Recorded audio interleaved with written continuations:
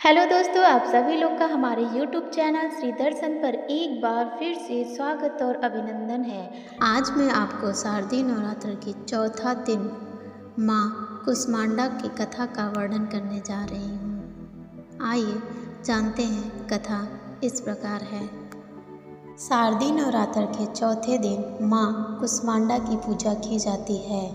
देवी के इस स्वरूप की अष्टभुजाएं हैं, जिसमें उन्होंने कमंडल, धनुष, बाण, कमल का फूल, अमृत कलश, चक्र, गदा और जपमाला को धारण किए हुए हैं। माँ का यह दिव्य स्वरूप अलौकिक माना जाता है।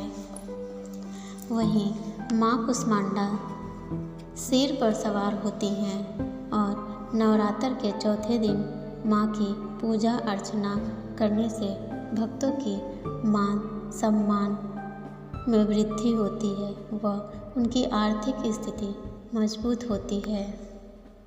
आइए जानते हैं माँ कुष्मांडा की कथा को विस्तार पूर्वक। पौराणिक कथा के अनुसार एक समय ऐसा आया था जब ब्रह्मा, विष्णु और शिव शंकर सृष्टि की रचना करने में असमर्थ थे। पूरी सृष्टि में केवल अंधकार था, कोई जीवन नहीं था और ना ही कोई शक्ति काम कर रही थी। सभी देवी और देवताओं इस कठिन समस्या का समाधान ढूंढने के लिए माँ दुर्गा की ओर रुख किया।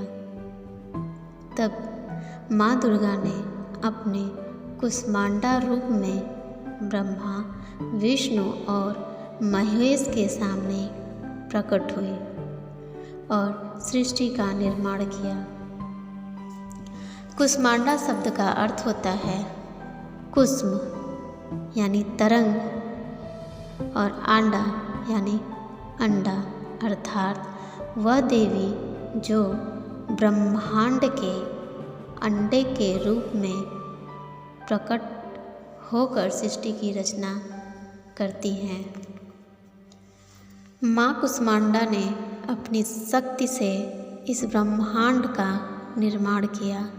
ब्रह्मांड की उत्पत्ति के कारण इन्हें आदि शक्ति भी कहा जाता है।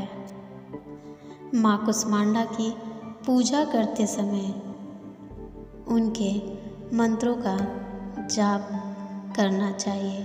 आइए जानते हैं, मंत्र इस प्रकार है।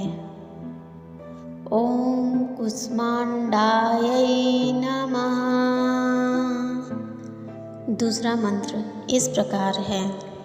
या देवी सर्वभूतेषु माँ कुष्मांडा रूपेण संस्थिता। नमस्तस्ते नमस्तस्ते नमस्तस्ते नमो नमः।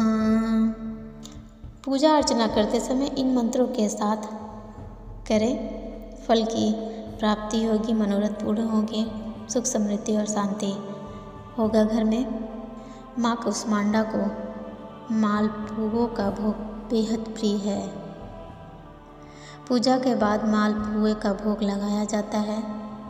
इसके अलावा माँ को दही और हलवे का भी भोग लगाया जाता है।